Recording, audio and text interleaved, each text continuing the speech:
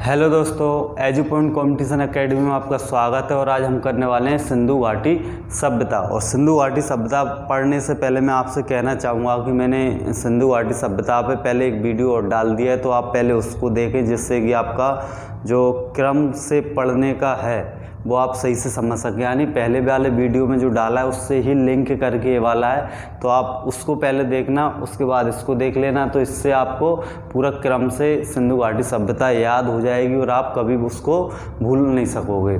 तो सिंधु घाटी सभ्यता पढ़ने से पहले हम उसके बारे में थोड़ी बेसिक सी बातें कर लेते हैं। जैसे कि 20वीं शताब्दी तक इतिहासकारों का मानना था कि वैदिक सभ्यता ही भारत की सबसे पुरानी सभ्यता है, लेकिन धीरे धीरे जो 20वीं शताब्दी के बाद में 1921 तक आते आते दयाराम साहनी द्वारा हड़प्पा की खोज कर ली गई थी। उस आधार पे बता दिया गया कि वैदिक सभ्यता से भी पहले एक भारत में सभ्यता विकसित हुई थी जिसका नाम था सिंधु घाटी सभ्यता। और सिंधु घाटी सभ्यता एक नगरीय सभ्यता थी और विश्व की 4 नगरीय सभ्यताएं, यानी विश्व की 4 बड़ी सभ्यताओं में से एक सभ्यता मानी जाती है।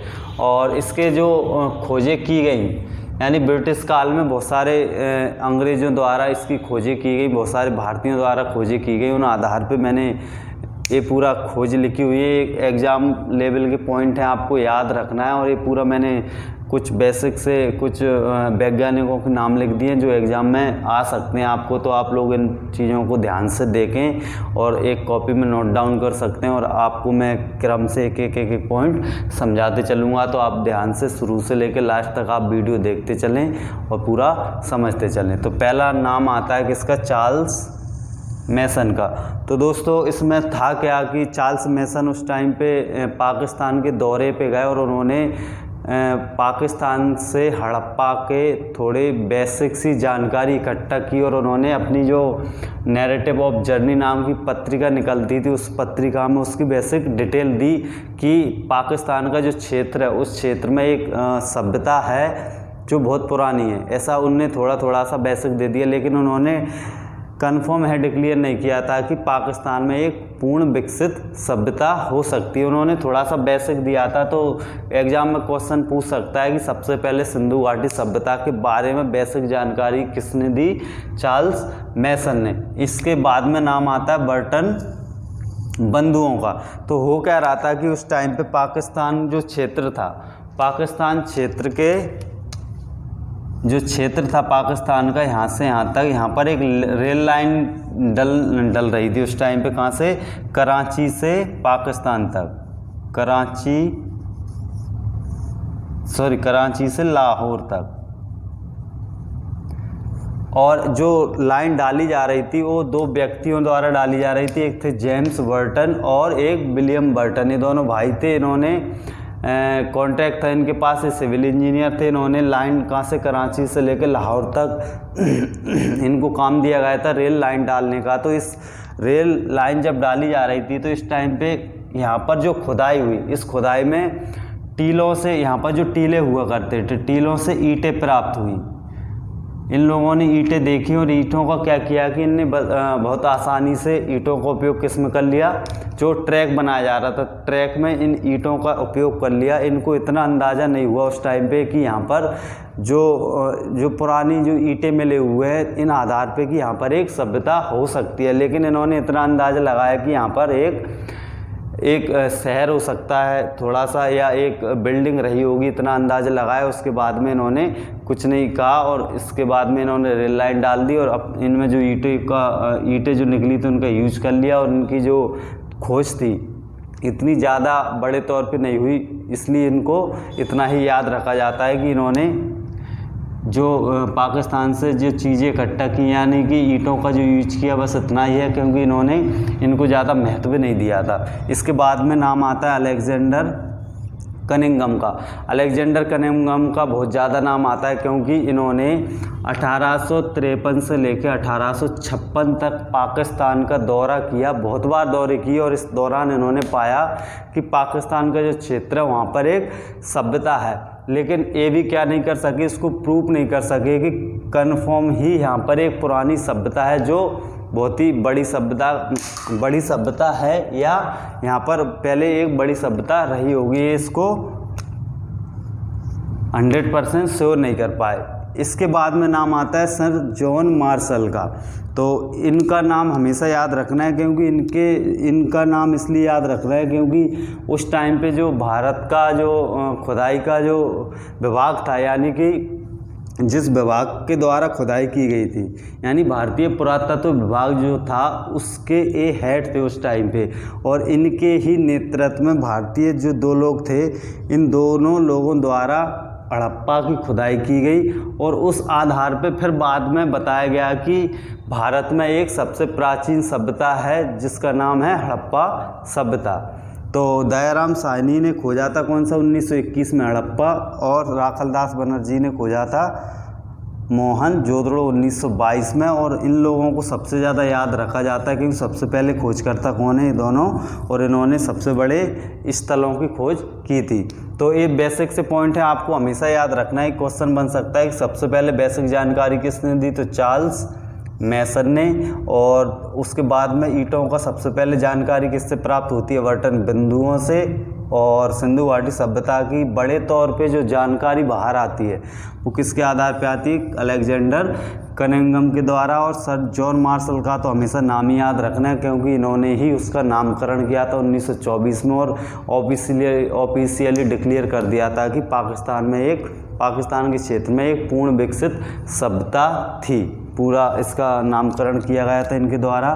तो इनका नाम हमेशा आपको याद रखना है। आगे देखते हैं काल, यानी काल का निर्धारण।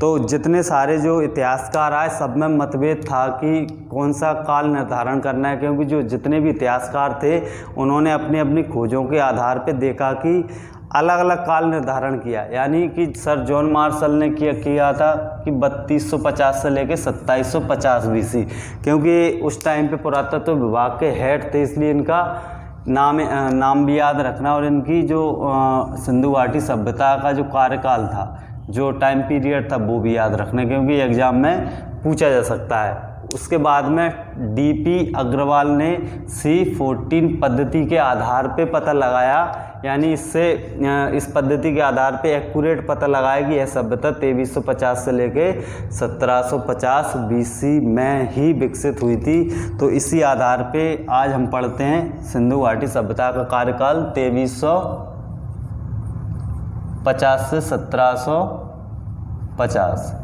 ये काल आपको हमेशा याद रखना है क्योंकि एग्ज़ाम में यही काल ज़्यादा पूछा जाता है, ना कि और काल। क्योंकि सर जॉन मार्शल का पूछ सकता है क्योंकि ये हेड थे उस टाइम पे, और DP अग्रवाल का पूछ सकता है क्योंकि ये अभी चलता है काल। अब देखते हैं नामकरण। तो नामकरण कैसे किया गया वो देखते हैं कि जैसे सिंधु घाटी सभ्यता को इसलिए नाम दिया गया क्योंकि यह सभ्यता, इस सभ्यता के जो स्थल मिले, यानी जितने सारे स्थलों की खोज की गई वो सारे ज़्यादातर स्थल सिंधु नदी के किनारे पाए जाने के कारण इस सभ्यता को नाम दे दिया गया सिंधु घाटी सभ्यता। दूसरा नाम आता है हड़प्पा सभ्यता। तो हड़प्पा सभ्यता नाम इसलिए दिया गया था क्योंकि उस टाइम पे जो इतिहासकार थे, जो खोजकर्ता थे, उनके बीच मतभेद था कि इस सभ्यता का नाम क्या रखा जाए। यानी कि इस सभ्यता का कोई नामकरण था नहीं क्योंकि खोजी गई थी, तो उस समय इतिहासकारों में मतभेद था। तो उस टाइम पे रिजल्ट निकाला गया कि इस सभ्यता से सबसे पहले जो स्थल खोजा जाएगा उस स्थल के नाम के आधार पे ही इस सभ्यता का नामकरण कर दिया जाएगा। तो इस तरीके से इसको हड़प्पा सभ्यता नाम भी दे दिया गया। इसके बाद में देखते हैं कि सिंधु सरस्वती सभ्यता। तो सरस्वती सभ्यता इसलिए बोला जाता है क्योंकि जो स्थल प्राप्त हुए हैं वो सिंधु नदी के किनारे हुए हैं और सरस्वती नदी के किनारे, इसलिए हम इसको सिंधु सरस्वती सभ्यता के नाम से भी जानते हैं। तो इतना सारा ये सारा चीज़ आपको याद रखना है क्योंकि एग्ज़ाम के हिसाब से सारी चीज़ें आपको हमेशा याद रखना है क्योंकि एग्ज़ाम में पूछ सकता है कि हड़प्पा सभ्यता नाम क्यों दिया गया, सिंधु सभ्यता क्यों दिया गया, सिंधु सरस्वती सभ्यता नामकरण क्यों किया गया। अब देखते हैं उद्भव, यानी कि सिंधु घाटी सभ्यता का उद्भव कैसे बनी, किन लोगों ने बनाई सभ्यता, इसके बारे में हम चर्चा करते हैं। तो विदेशियों का मत था, जैसे कि उस टाइम पे एक सभ्यता चल रही थी मेसोपोटामिया की सभ्यता, जिसे सुमेरियन सभ्यता के नाम से भी जाना जाता है। तो विदेशियों ने मत दिया कि जो भारत की सिंधु घाटी सभ्यता है वह सुमेरियन के लोगों ने ही विकसित की, वहाँ जाकर उन्होंने ही वह शहर बसाया, जिसका पक्ष किसने लिया था? चाइल्ड ने, मार्शल ने, व्हीलर ने।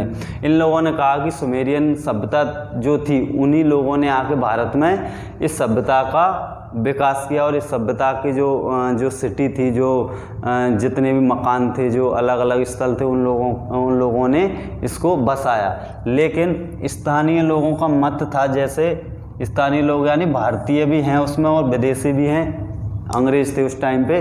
तो स्थानीय लोगों का मत था कि जो सिंधु घाटी सभ्यता है वो द्रविड़ लोगों के द्वारा विकसित की गई थी, यानी द्रविड़ जात के जो लोग थे, जो समाज के लोग थे, उनके द्वारा सिंधु घाटी सभ्यता का विकास किया गया था, है बताया था किसने? राखलदास बनर्जी ने।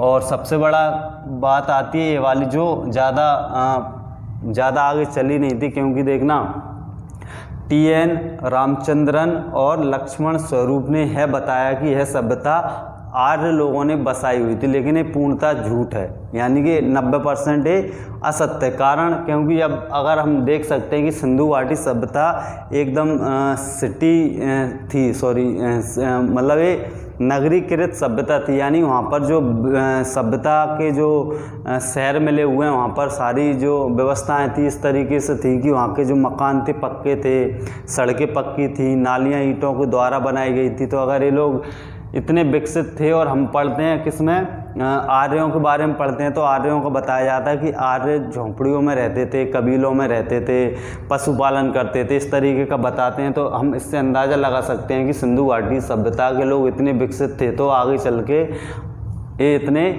कमज़ोर आर्थिक स्थिति वाले कैसे हो गए। तो इस आधार पे इन लोगों ने जो तथ्य दिए वो मान्य साबित नहीं हुए।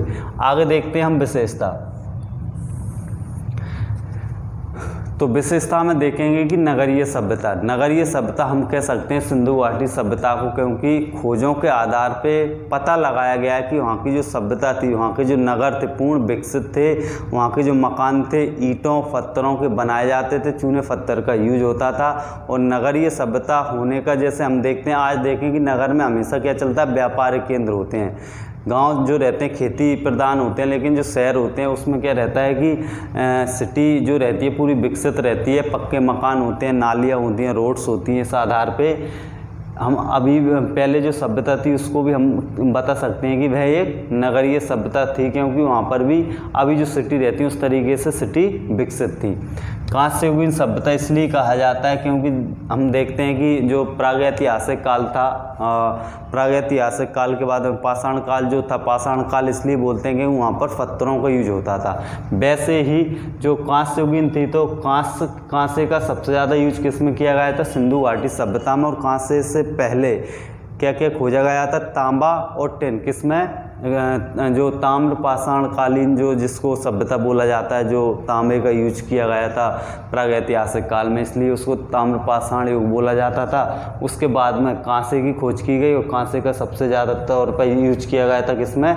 सिंधु घाटी सभ्यता में। तो इसको कांस्ययुगीन सभ्यता भी कहा जाता है। विशेषता है कि इसमें कांसे का यूज होता था। और आगे ऐतिहासिक काल इसलिए बोलते हैं क्योंकि जैसे प्रागैतिहासिक काल था, वहाँ पर जो खोजें की गई, खोजों के आधार पर पता लगाया गया कि वहाँ के लोग ना तो पढ़े लिखे थे, ना कोई लिपि थी, ना बोल सकते थे, ना कुछ लिख सकते थे, यानी कि वहाँ पर कोई साक्षी नहीं मिला। साक्ष्य मिलेगा कैसे? क्योंकि वहाँ पर कोई लिपि ही नहीं थी। लेकिन आगे ऐतिहासिक काल उस काल को कहा जाता है जहाँ पर लिखा तो गया है लेकिन पढ़ा नहीं जा सका। ऐसे ही क्या है कि सिंधु घाटी सभ्यता का भी जो साक्ष्य मिले उनको पढ़ा नहीं जा सका, लेकिन उसकी लिखा गया था वहाँ पर। इसीलिए दोनों में मैचिंग क्या होती है कि आगे ऐतिहासिक काल में भी साक्ष्य मिले थे किसके? लिखे हुए, और सिंधु घाटी सभ्यता में भी लिखे हुए साक्ष्य मिले हुए थे चित्रात्मक, लेकिन उनको पढ़ा नहीं जा सका। सिंधु घाटी सभ्यता के भी नहीं पढ़े जा सके और आगे ऐतिहासिक काल के भी नहीं पढ़े जा सके, इसलिए इसको आगे ऐतिहासिक काल भी या आगे ऐतिहासिक विशेषता भी इसकी मानी जाती है। अब देखते हैं अगला पॉइंट है शांति प्रिय सभ्यता। अब जो सिंधु घाटी सभ्यता के लोग थे बिल्कुल शांति प्रिय थे, ना लड़ाई करते थे ना झगड़े करते थे, यानी कि अपनी जो वहाँ की व्यवस्थाएं थी वो सही तरीके से चलती थी। वहाँ पर एक राजा होता होगा, क्योंकि उस टाइम का एग्जैक्ट तो किसी ने अभी तक खोज नहीं कर पाए, तो बोल सकते हैं कि जैसे शांति प्रिय होने का मतलब क्या हो सकता है कि जाति प्रथा नहीं होगी वहाँ पर, और धर्म नहीं होंगे, अलग अलग धर्म होते हैं तो लड़ाई होती है, जाति प्रथा होती है तो लड़ाई होती है। इस कारण से हम तय कर सकते हैं कि वहाँ की जो सभ्यता थी, सिंधु घाटी सभ्यता थी, शांति प्रिय सभ्यता थी। और अगला है व्यापार प्रधान। तो व्यापार प्रधान सभ्यता इसलिए कहा जाता है क्योंकि इस टाइम पे वहाँ पर जो सिंधु घाटी में जो खोजों के आधार पे चीज़ें ज्ञात हुई हैं, जैसे मोहरे, विदेशी मोहरे, मेसोपोटामिया की मोहरे और तांबा, उसमें बहुत सारा चीज़ें मिली हुई हैं जिनके आधार पे हम तय कर सकते हैं कि सिंधु घाटी सभ्यता एक व्यापार प्रधान सभ्यता थी, क्योंकि ये लोग दूसरे देशों से, दूसरी सभ्यताओं से व्यापार करते थे। और विस्तृत सभ्यता हम इसलिए बोल सकते हैं क्योंकि विश्व की सबसे विस्तृत सभ्यता कौन सी है? सिंधु घाटी सभ्यता। जैसे कि मेसोपोटामिया की सभ्यता और मिस्र की सभ्यता को अगर मिला के भी देखा जाए तो सिंधु घाटी सभ्यता उन सबसे बड़ी सभ्यता विस्तृत क्षेत्र में फैली हुई है। अगले आते हैं पॉइंट अपने राजनीतिक, आर्थिक और सामाजिक और सांस्कृतिक कारण। तो राजनीतिक कारण में हम पढ़ने वाले हैं वहाँ पर कैसी व्यवस्थाएं थी, कैसे समिति होती थी कि नहीं होती थी, वहाँ पर राजा होता था, मंत्री होते थे क्या, सेनापति होते थे क्या। आर्थिक में पढ़ेंगे कि ये लोग कैसे व्यापार करते थे, कैसे पैसा कमाते थे, क्या क्या चीज़ें करते थे। सामाजिक में पढ़ेंगे कि इनका समाज पितृसत्तात्मक था या मातृसत्तात्मक था, या वहाँ पर जो राजा बनता था वो जनता के द्वारा बनता था या पीढ़ी दर पीढ़ी चलते थे। संस्कृति देखेंगे कि वहाँ पर विवाह किस तरीके से होते थे, कैसी त्यौहार मनाए जाते थे, कैसे किसकी पूजा की जाती थी, बहुत सारी हम चीज़ें देखने वाले हैं। तो इस वीडियो में इतना ही, अगला वीडियो बहुत जल्द डालने वाला हूँ। तो आज के लिए इतना ही। थैंक यू, धन्यवाद। अच्छा लगे तो सब्सक्राइब कर दें, शेयर कर दें, लाइक कर दें। Thank you.